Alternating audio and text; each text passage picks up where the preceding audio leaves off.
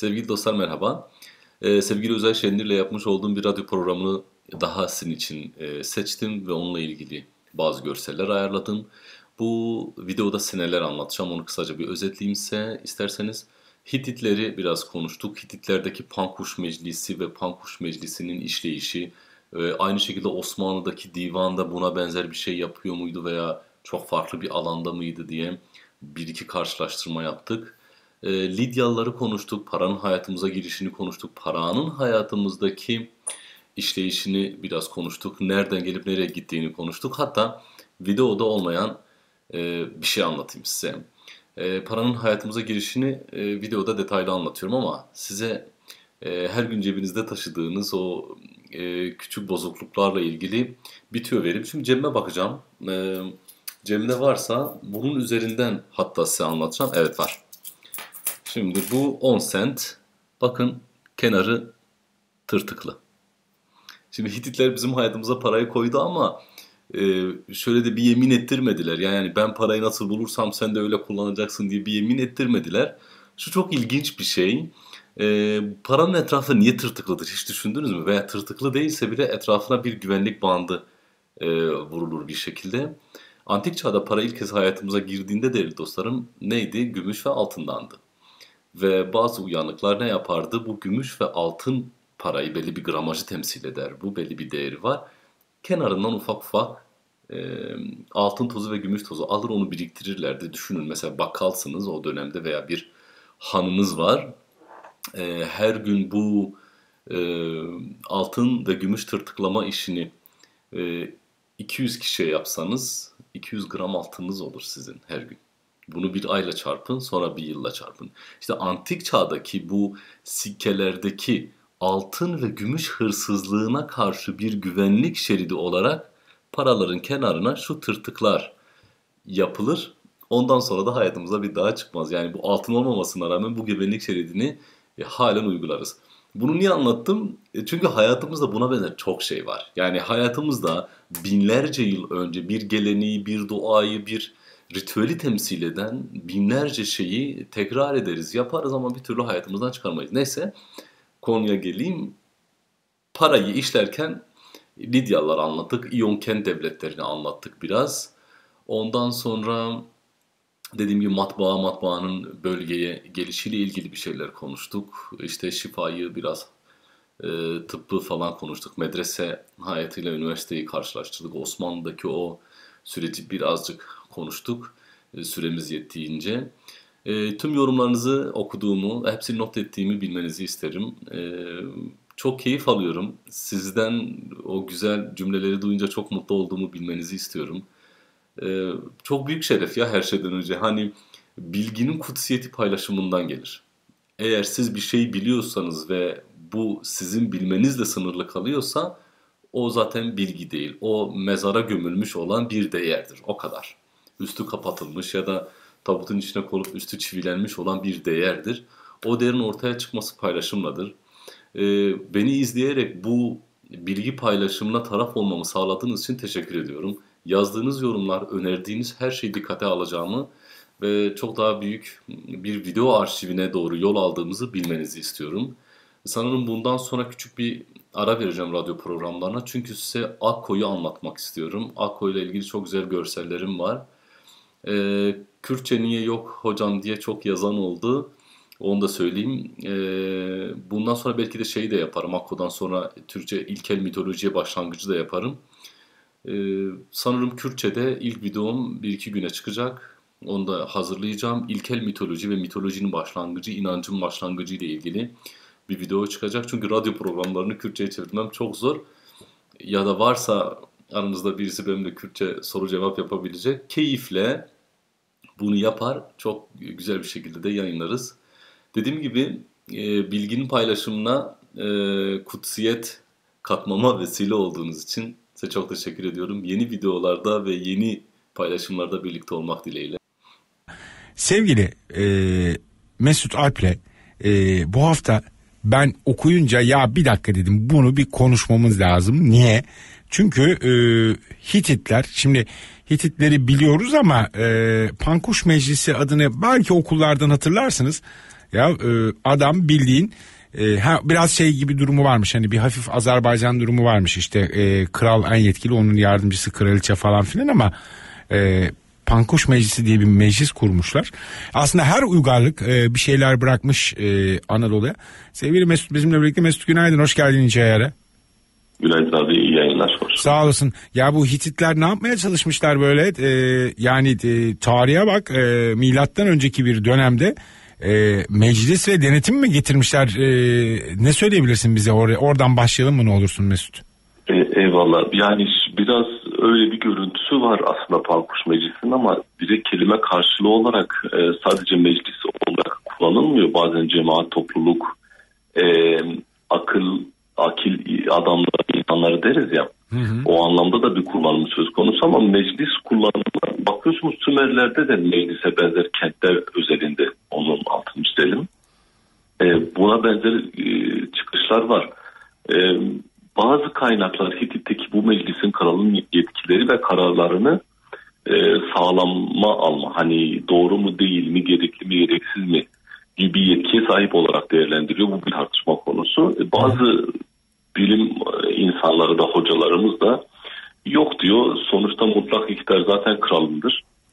Özellikle Hattusilis'ten sonra, yani bu Kadeş Savaşı'ndan sonra Huri halkının dinsel yönünün güçlü olduğunu biliyoruz. Onlarla evlenen Hattusilis, başrahibin kızıyla evlenir. İmza yetkisi kazanır kraliçe mesela. Kralın yanında ilk kez kraliçe mührünü falan görünmesi. Yani dünya tarihine baktığınızda çok demokratik bir çıkıştır, evet. Ya bu haliyle ilginç.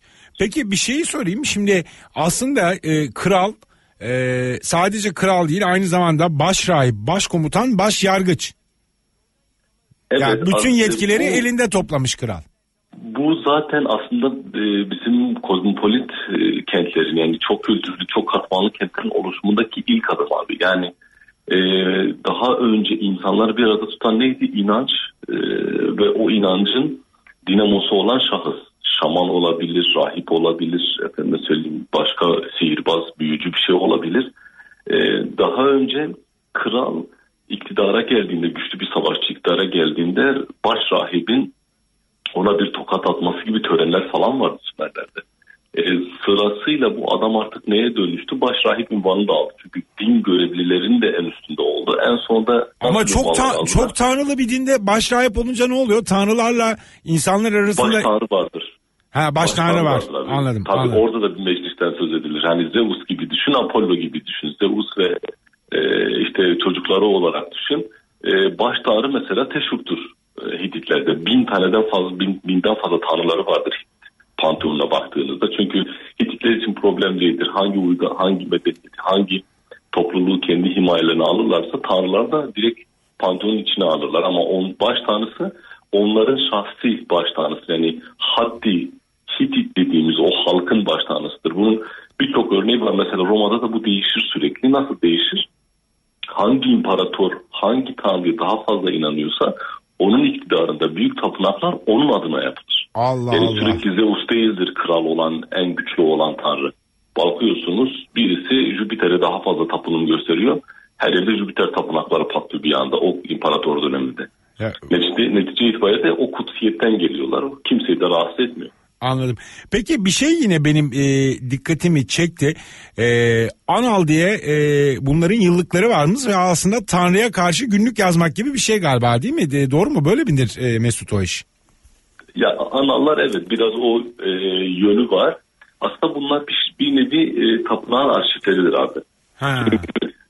Kral veya soylu kişi oturup işçilerin veya ekonomik sistemin nasıl dağıldığını, nasıl işlemesi gerektiğine kafa yormaz, matematiği yoktur. Onun için en önemli şey silahını sallamaktır, kılıcını yükseltmektir. Bu işlerle kim ilgilenir? Tapınak ilgilenir. Yani dünyada yazının ortaya çıkma nedeni de zaten biraz odur. Tapınağın gölgesinin altında insanlar su kanalları kazmaya başlayınca film şeridi kopuyor. Bir insan değil, 1000-1500 tane adamı bir yere çalıştırırsanız 1500 tane yemek tabağı yapmanız lazım. 1500 tane yatak, 1500 tane oda, 1500 tane aş oluşturma. Bunların hepsi matematiğe bağlıdır abi. bunun kaydını tutmaya başlayan tapınaktır yazıyı icat eden mesela. Kral değildir, soylu veya tüccar değildir. Aslında tapınakta doğar yazı. Ne kadar bu haliyle ihtiyacın ortaya çıkarttığı gözüküyor. Peki kesinlikle. Şimdi benim dikkatimi şu da çekiyor. Şimdi savaş arabaları işi değil mi? Mesela biz hep hani Romalılar diyebiliriz ama gördüğümüz kadarıyla galiba Hititlerde de savaş arabaları var ve at yetiştiricisi bunlar. Mesela Roma'da kalmış, Anadolu'da hala yani izi bilmem nesi herhalde şeylerde vardır değil mi? O duvarlarda vesairede görürüz herhalde değil mi Hitit savaş arabalarını? Görürüz. Savaş arabalarında hani bu meşhur Kades Savaşı Mısır'da yaptıkları evet. Tabii Mısırlar kazanır. Bizim şeye bakarsanız arşivlere biz kazanmışızdır. O tarih için söylüyorum ama bugün incelediğimizde evet biraz daha Hititler kazanmış diyebiliriz ki Mısırların gücü çok daha fazladır Hititlerden. Hititlerin büyük esprisi orada çok daha hızlı savaş arabası üretmesidir. Aksı yani dingili süvarinin arkasına değil ayaklarının altına alır bu savaş sırasında. Anladım. O onun Hacı Murad'ını Ferrari'ye dönüştürür savaş alanında. Evet. Çok daha hızlı olur. Yani at yetiştiriciliğinde bugünle geçmişe kıyaslarsanız Anadolu şu anda yok yani öyle söyleyeyim. Yani antik çağda mesela Kibire'ye gidin, Isparta'nın Gölhisar ilçesine gidin. Adamlar Roma İmparatorluğu'na at yetiştirip satıyor. Yani işlerinden biri bu. Hızlı atlarıyla meşhur. Yani o da bu haliyle dikkat çekici. Peki Mesut, bir şeyi çok merak ediyorum. Ne olursun bana yardım et. Şimdi ben bu Lidyalılara zaten şey yaptıkları için, parayı buldukları için gıcım. Ya ilk parfüm ticaretini de onlar yapmışlar. Tabii abi. Peki abi o zaman parfüm nedir abi o zaman Allah aşkına? Yani ilk çağlarda parfüm mü var? Parfümden ziyade kokulu yağlar diyelim. Yani o kokulu yağları biraz daha işte çeşitli sıvılarla biraz daha kıvamını azaltıp belli bir şeyin içine koyup insanların parmak uçlarıyla kendi vücutlarının çeşitli yerlerine sürmesi şekilde kullandıkları bir esans aslında. Hani günümüz parfümü gibi düşünme abi. Daha çok kokulu yağlardır. Mesela bir ton gül yaprağından biliyorsun küçük bir şişe gül yağı çıkar. Aynen öyle, doğru. Yani dışarıda da gider almaya çalışın, gül yağı 50 TL. Yok öyle bir dünya. Gül yağını 50 TL'ye alamaz. Aldığın çok farklı bir şey aslında senin. Yani çok pahalı bir şeyden bahsediyoruz. Anladım. Peki bana şeyi söylesene ne olur. Hadi bunlar parayı buldular diyelim ama bunlar diğer... Aslında abi parayı şöyle ticareti hızlandırdılar. Yani talent, mina gibi ağırlık birimleri, yani düşün koyun postu şeklinde gümüş bir tepsi düşünsene abi. 3 kilo domates almak için onu verdiğini düşünsene. Tamam, yok vermeyeyim onu da. Yani ticareti hızlandırdı adamlar aslında. Peki bir şey söyleyeceğim. Başkaları nasıl kabul etti bunu? Bildiğin şimdi Amerikan Merkez Bankası gibi. Hani bunlar bir para bastı, bütün coğrafyaya o para mı yayıldı? Ya mesela kurları nasıl hallettiler diye soracağım. Biraz garip bir soru olacak ama. Bu Mahfiye Yılmaz aslında keşke bir gün onu davet etsen abi. Mahfiye Yılmaz bu konuda inanılmaz keyifli sohbet ediyor. Öğrenciliğim esnasında İzmir'de birkaç kere misafir etmiştik onu. Çok keyifli sohbet etmiştik. Şimdi bu adamlar zaten kolonizasyon sürecini yaşayan insanlar. Kendi devletleri var ve bu kendi devletleri sürekli olarak Batı'yla bir ticaret ilişkisi içerisinde. Doğru mu? Doğru. Bu adamlar ya parayı onlara veriyor ya parayı onlardan alıyor. Yani parayı icat etmeden önce. Bunlarla oturup konuşuyor, diyor ki arkadaşlar biz kullandığımız parayı altın ve gümüşten dökelim. Her şeyi bunlar üzerinden yapalım.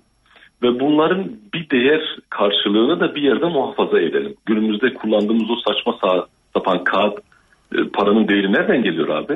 Merkez Bankası'ndaki altın rezervinden geliyor. Evet. Tabii aslında ben Lidya'dan farklı bir şey yapmıyorum ki. Altınla alıp satıyorum da onun yerine vekilen ben parayı tayin ediyorum. Parayla gidip geliyorum. O da bitecek. Yani bir 20 yıla kalmayacak.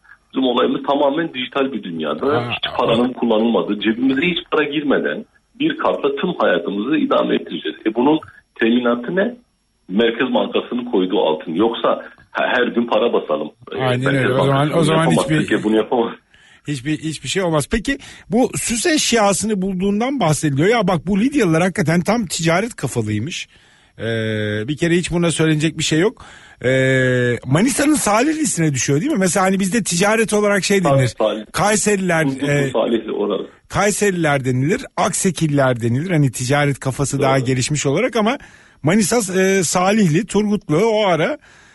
Ya süs eşyası ne yapabilirler ki o dönemde? Hani süs eşyası deyince ne anlamalıyım ben Mesut? Abi her şeyi anlayabilirsin. Bugün düşünüyorsan yani yüzüğünden, tarağından, tokasından, kolyesinden, halhalından, efendime söyleyeyim aynasından, mobilya işlemesinden, efendime söyleyeyim at arabası süsünden, kıyafet dekorundan aklına gelebilecek her şey o dönem içinde düşünmen lazım. Ama mesela Anadolu'da o tarihte elmas düşünemem mesela değil mi? Altın düşünürüm herhalde. Ya değerli taşlarımız var. Altın düşünebilirsin ama değerli taşlarımız var. Yani yakut, zümrüt, lapis lazuli gibi değerli taşlarımız var. Arada elmas da geliyor mudur? Muhakkak geliyordur ama ben mesela şahsen kazılarda ve herhangi bir yerde daha elmas görmedim, bilmiyorum ama değerli taşlar onun olduğunu çok iyi biliyorum. Bir sürü lapis lazuli şahsım hem ele geçirdim, hem müzede çalışırken kaçakçılardan aldık, hem kazılarda da bulduğumuz Afganistan kökenli çok değerli, çok keyifli bir taştır. Turkuaz rengindedir. Evet. Her yerde de kullanılır o. Peki kullanılır. Ha bak süper bir şey söyledin. Bir dakika, turkuaz bizim rengimiz mi? Afganların rengi mi? Turkuaz. Abi adamların dağ taşı turkuaz. Öyle söyleyeyim sana. Şimdi yani alıyoruz. Biz onlardan alıyoruz. Şimdi mesela ama bak dünyanın en önemli hani Paris'tesin, reklama girmeyecektir nasıl olsa. Mesela Hermes hani çok da pahalıdır biliyorsun. Hermes markasını anlatmama gerek yok. Doğru, mesela doğru. Hermes'in bir kadın çantası var. İzmir mavisi diye geçiyor biliyor musun adı? Ama aslında bildiğin turkuaz rengi. Doğru. Yani bizim turkuazı sahiplenme hikayemiz şaman kültürümüzden gelir. Gök tengri inancından gelir. Hani bunu biraz daha seni şeye götürebilirim. Aslında daha derinine götürürsek. İşte bir ara konuşmuştuk. Nazar boncuğu, şeytanın gözü, rengi vesaire. Gökle ilgili bir kavram olarak senin rengine dönüşüyor. Vallahi bak hani şimdi... ben meta kullanımı olarak Afganistan dedim ama şey yaparsanız hani o yönüyle bakarsanız tabii ki o hem şamanizmden hem gök tanrı inancından kaynaklı. Göklerin rengidir, akşamanların rengidir. Ama ben sana bir şey söyleyeceğim. Şimdi sen bunu söyledin bak bizde bir sürü üniformalar falan turkuaza dönmüştü. Halılar turkuaza dönmüştü. Kırmızı halılar kalkmıştı. Şimdi sen bunu şamanizme bağladın.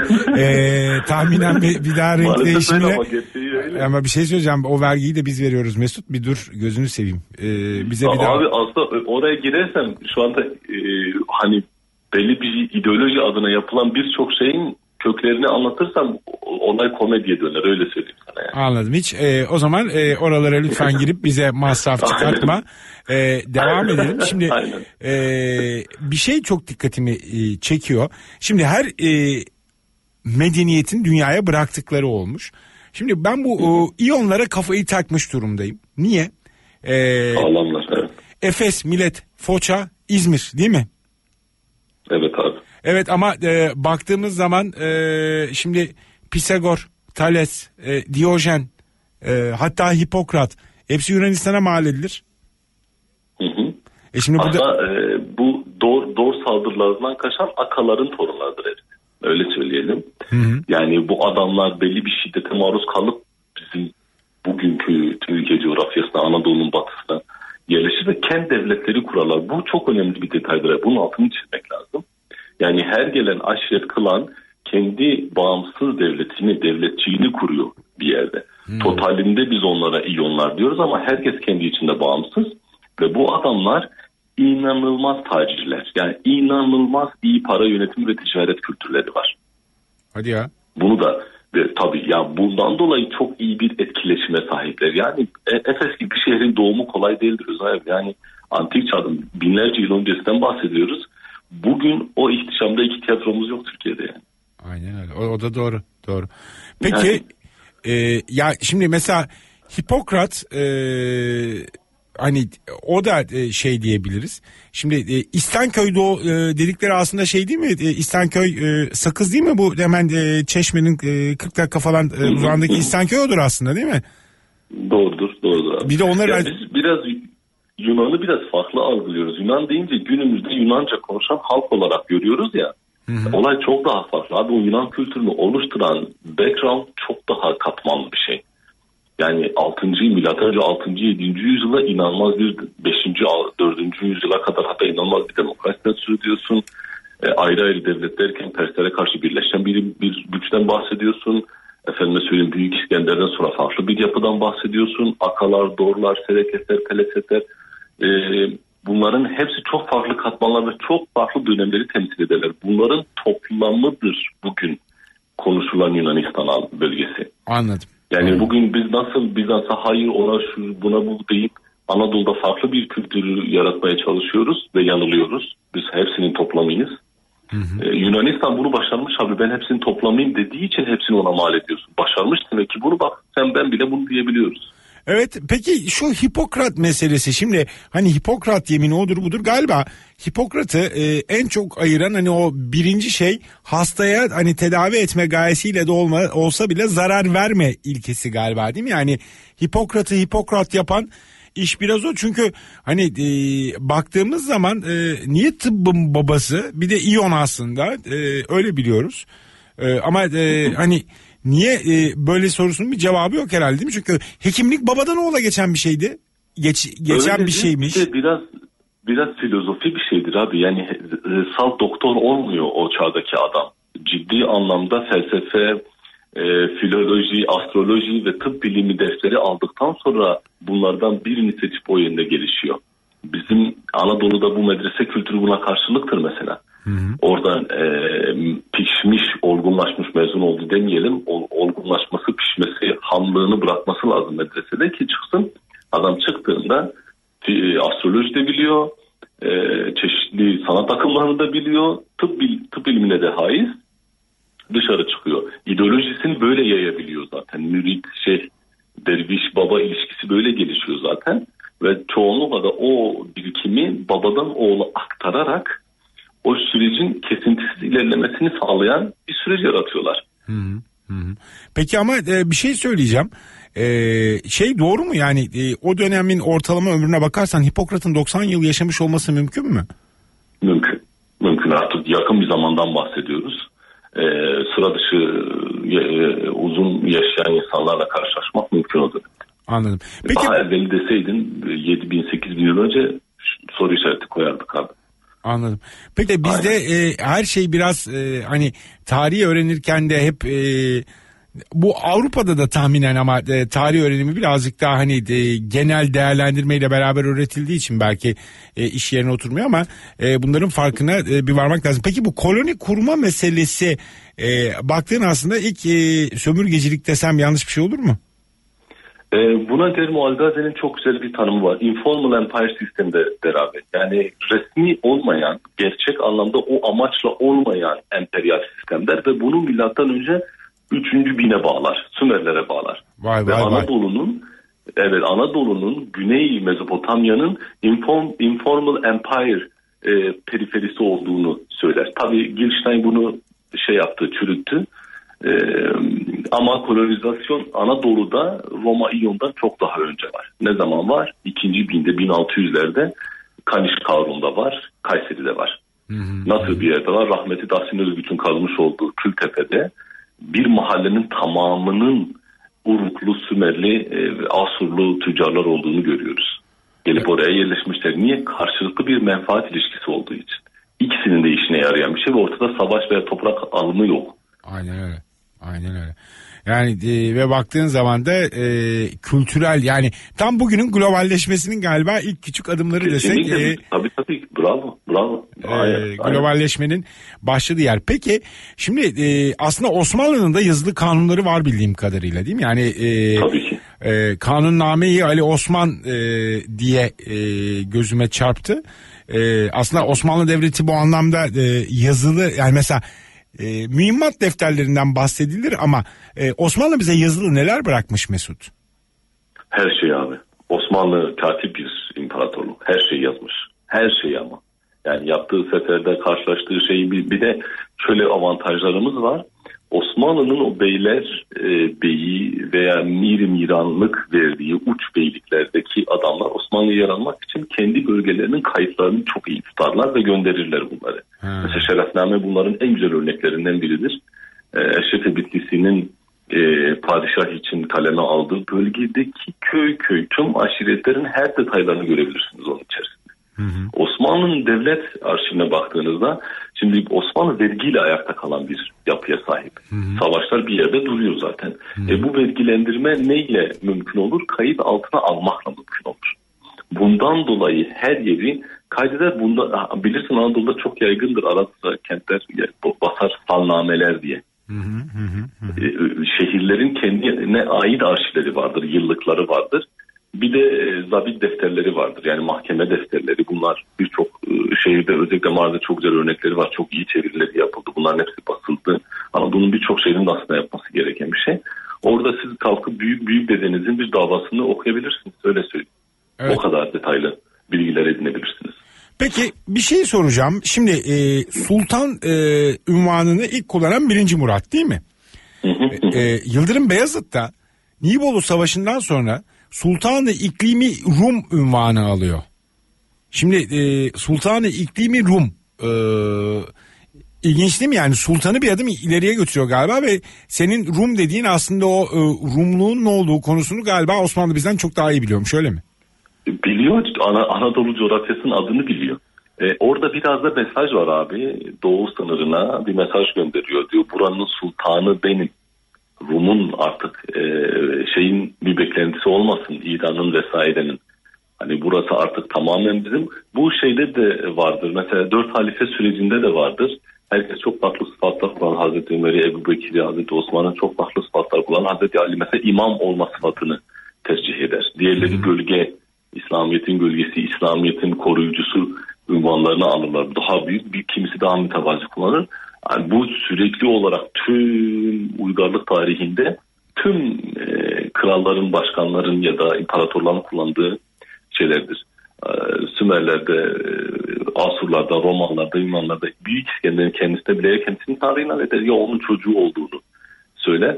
Versin kalkıp Rum'un ki Rumeli'de geçen programda söylemiştim ya bizde halen kullanılır yani askeri Romi denir, Rumeli denir, Fırat'ın batısına geçti mi bitti, Rumeli'ndesin. Aynen öyle. Bizim nazarımızda. Osmanlı da bunu çok iyi bildiği için sadece Osmanlı mı biliyor? Hayır. İran da bunu çok iyi biliyor. O ideoloji de çok iyi bildiği için ona bir mesaj gönderiyor. Ben diyor sultanım ayrı bir şey. Ben Rum'un sultanıyım. Artık hepsi benim kontrolümde. Bunu bil sen de.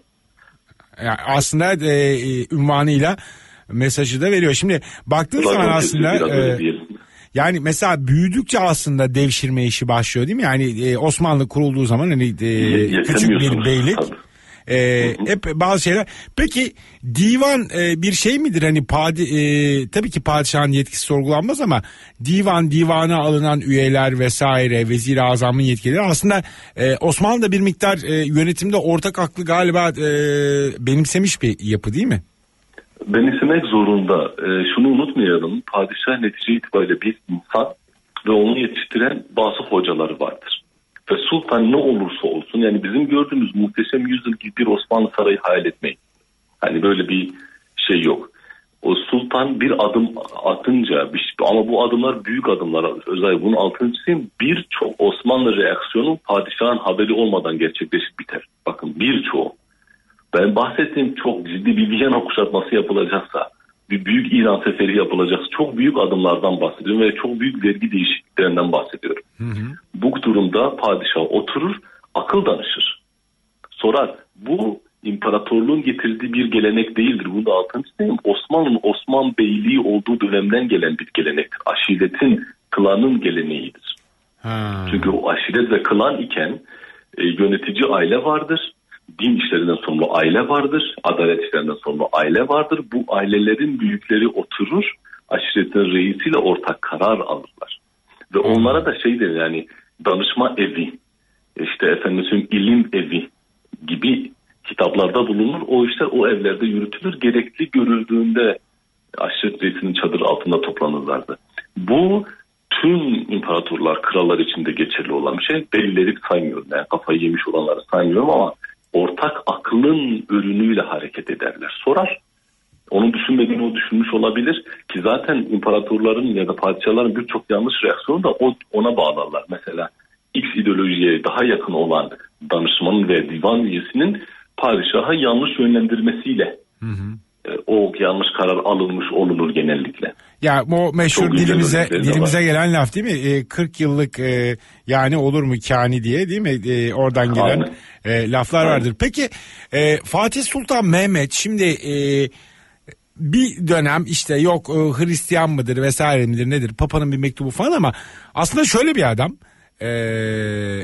Uluslararası üniversiteye mi benzetmeliyiz acaba? Sahı Seman Medresesi çok uluslu, daha doğrusu uluslararası bir medrese kurduğundan bahsedilir. Var mıdır mesela böyle bir uluslararası eğitim izi görür müyüz Osmanlı'da Mesut? Erken dönemlerde pek söylemek zor ama Batı'yla ilişkili olmama kaydıyla Orta Doğu ve Afrika'yı kapsayan çok önemli büyük medreseleri var Osmanlı'nın. Yani Mısır'ı ele geçirdikten sonra İskenderiye'de ki medreselere dokunmuyor, aksine büyütüyor. Efendim söyleyeyim, İç Anadolu'daki büyük medreselerin hiçbirine dokunmuyor. Benim mesela o dönem için söyleyeyim, babamın dedesi ilk ihtisasını günümüzde Suriye topraklarında kalan o coğrafyada tamamladıktan sonra Mardin Kasimi Medresesi'ne gelir.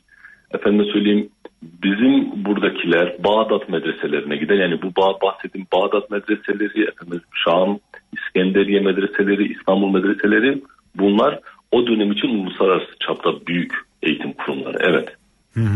Söylenebilir ama soruyorsan hani Avrupa ile ilişkili falan soruyorsan çok daha geç dönemlerde gerçekleşiyor bunlar. Peki son soru Mesut. Şimdi benim dikkatimi çeken bir şey olmuştu. Bu hep hani matbaanın geç gelmesi vesaireden bahsettik. Galiba Selanik'e daha önce gelmiş Osmanlı'da. Çok emin değilim. İbrahim Müteferrik hani 1727 diye geçiyor ama benim dikkatimi çeken bir başka bir şey var. Şimdi matbaanın Avrupa'da gelişimi tamamen din kitapları basmak üzerinden geliyor. Dini yaygınlaştırmak. Yani bize de ilk kilise aracıyla geliyor zaten abi. Ama mesela bizde Van Kulu diye bir lügat basılıyor galiba değil mi? Mesela ilk evet. Baskı öyle. Yani burada bir şimdi hani geliştiğini söylediğin ya da işte Rönesans'ı yaşıyor odur budur. Ama Avrupa din kitapları üzerinden matbaayı geliştiriyor. Türkiye'ye geliyor ama mesela hani eski dönem el yazması Kur'an-ı Kerimler. Saray dışında bir yerlerde Anadolu'da falan rastlamak çok mümkün olmuyor değil mi bunları?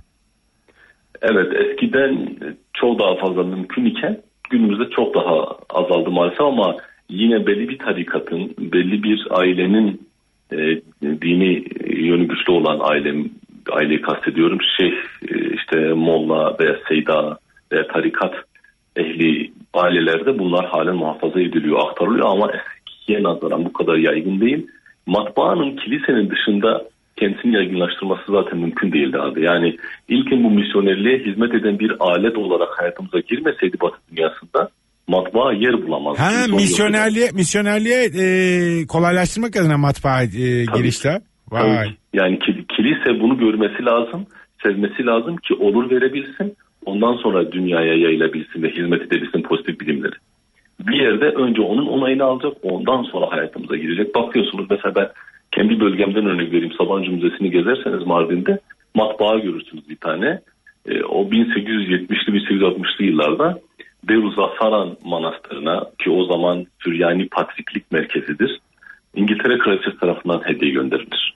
Yine kiliseye gönderilir. Hani kilisede kullanın, kilisede basın manasında gönderilir. Anladım. Hikayesi odur biraz yani. Peki ama o zaman yani Anadolu'da yine de böyle çok büyük bir okur yazar olanından vesaireden bahsedemiyoruz değil mi?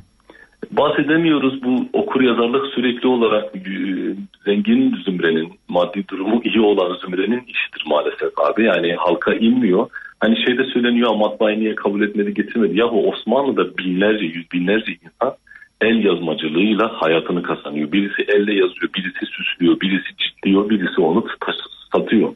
Yani bunları yüz binlerle ifade ettiğinizde yüz binler çarpı 4 farklı eğitim meslek zümresi ki bunun kağıt yapanı da eklerseniz yani milyona yakın insan bundan para yiyor. Osmanlı cesaret edemiyor bunları aç bırakmaya, parasız, işsiz bırakmaya. Yoksa Osmanlı'da matbaa niye kullanılmasın? Alınır, kullanılır, yapar. Yani belli değil ki bu adamlar. Bugün pamuk toplama makinesi yok mu abi? Var. Anadolu'da kaç tane var? Neredeyse yok. Süt sağma makineleri yok mu? Var. Gidin Doğu Anadolu'da kaç tane süt sağma makinesi var? Yok. Bunun gibi bir şey. Yani bu biraz süspanse ediyor kendi alt yapısını. Yani bütün bunların hepsine bir baka baka galiba ne olduğunu, ne bittiğini öğreneceğiz, göreceğiz ama durumumuzun o haliyle durumumuz bir miktar ilginç diyelim ve bir miktardan çok abi. Evet, galiba başka cümle gelmiyor akla. Mesut çok teşekkürler, sağ olasın, görüşmek üzere. Ben teşekkür ederim. Kendine hoşça kal, sağ olasın, hoşça kal.